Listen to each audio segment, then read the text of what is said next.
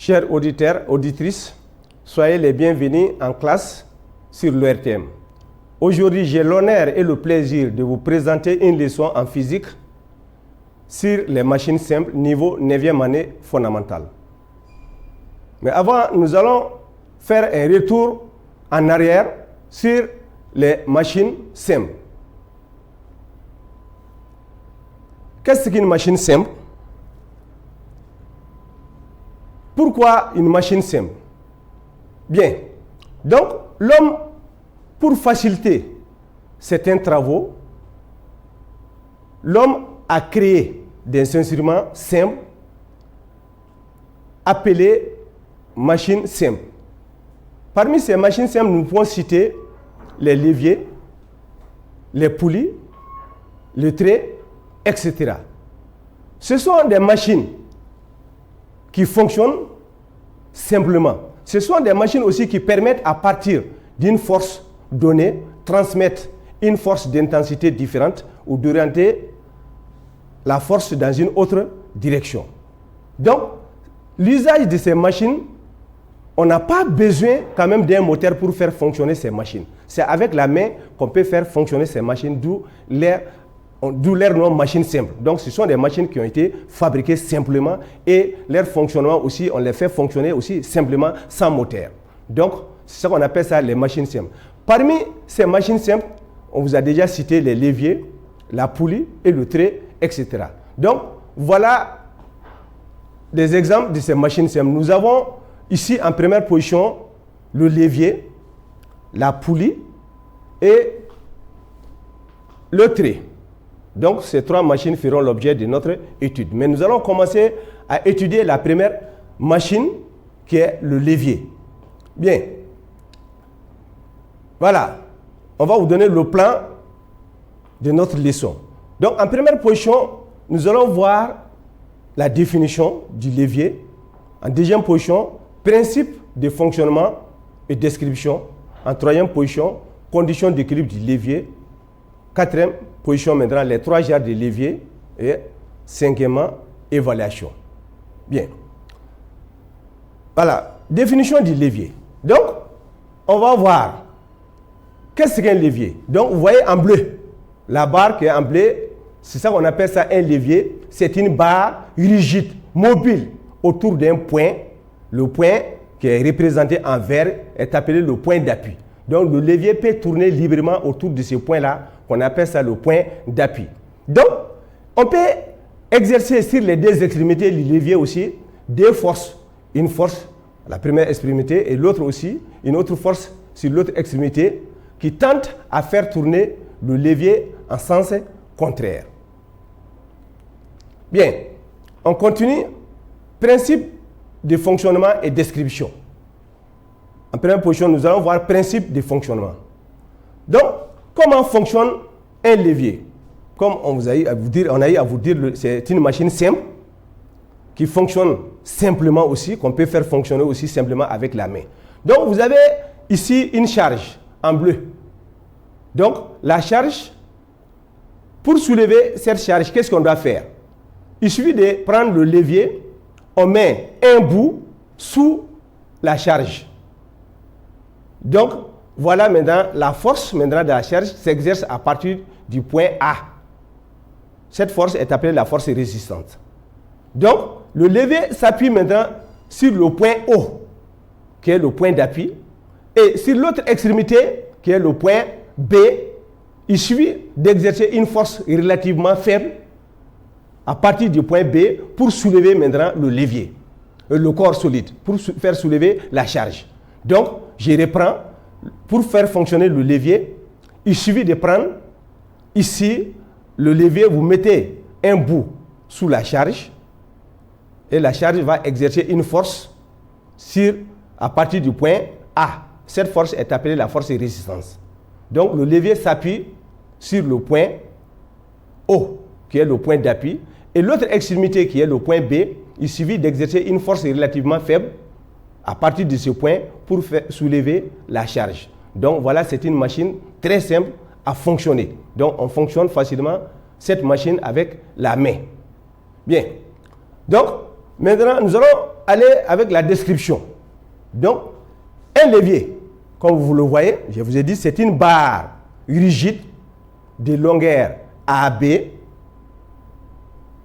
qui s'appuie sur un point O. Ce point O-là est appelé le point d'appui. Donc, à partir du point O, nous pouvons avoir maintenant des segments, le segment OA et le segment OB. Le segment OA et le segment OB sont appelés les bras du levier. Donc, sur l'extrémité A, on exerce une force qui est appelée la force R, autrement dit ici la force à vaincre. Et l'extrémité B s'exerce une force qui est appelée la force motrice. Donc, c'est la force développée par l'opérateur.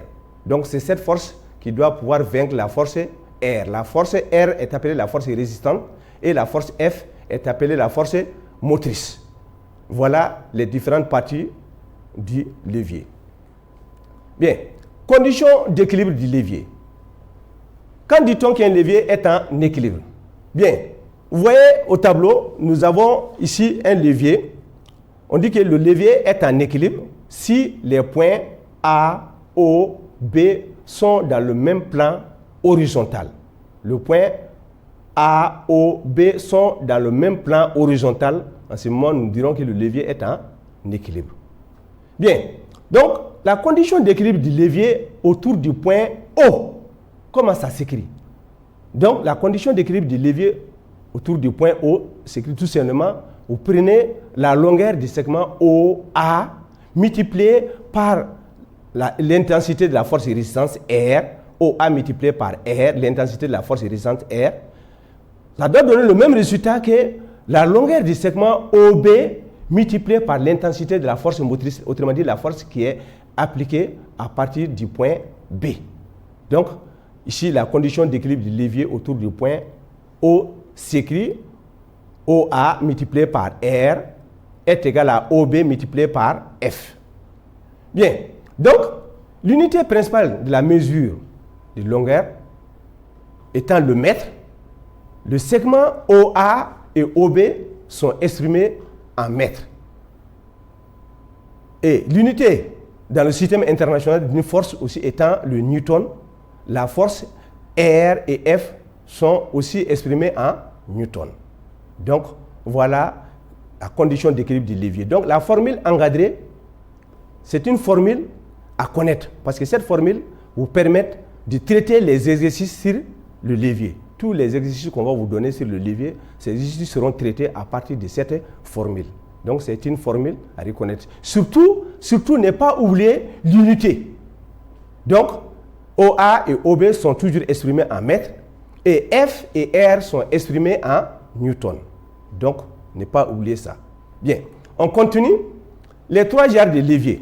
Donc, il existe trois genres de levier. Donc, le premier groupe de leviers qu'on appelle les leviers inter-appui ou bien les leviers du premier genre.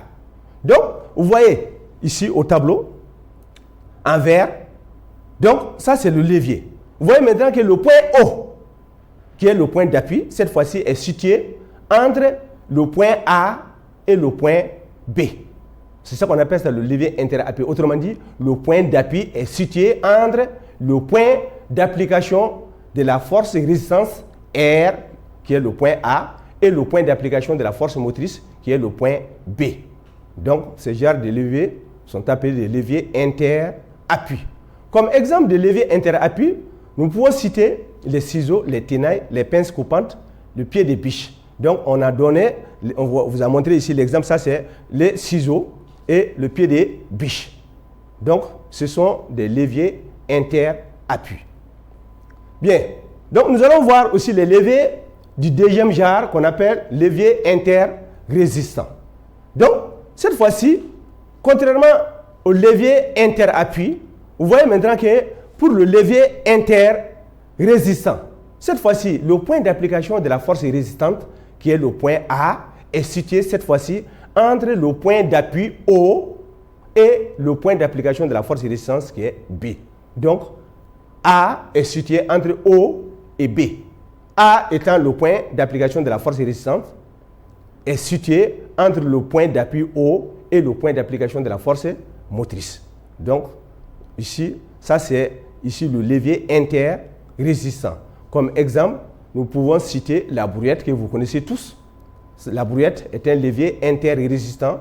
Le couteau du boulanger, il y a le casse-noix. Donc, voilà un exemple de casse-noix ici. Donc, on appelle ça le levier interrésistant. Bien, on continue. Le levier intermoteur ou levier du troisième genre. Donc, cette fois-ci, vous voyez le levier intermoteur.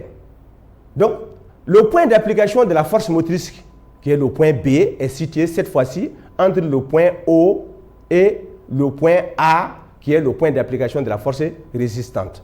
Autrement dit ici, la force motrice, le point d'application de la force motrice est situé entre le point d'appui et le point d'application de la force résistante. Donc, on appelle ça le levier intermoteur.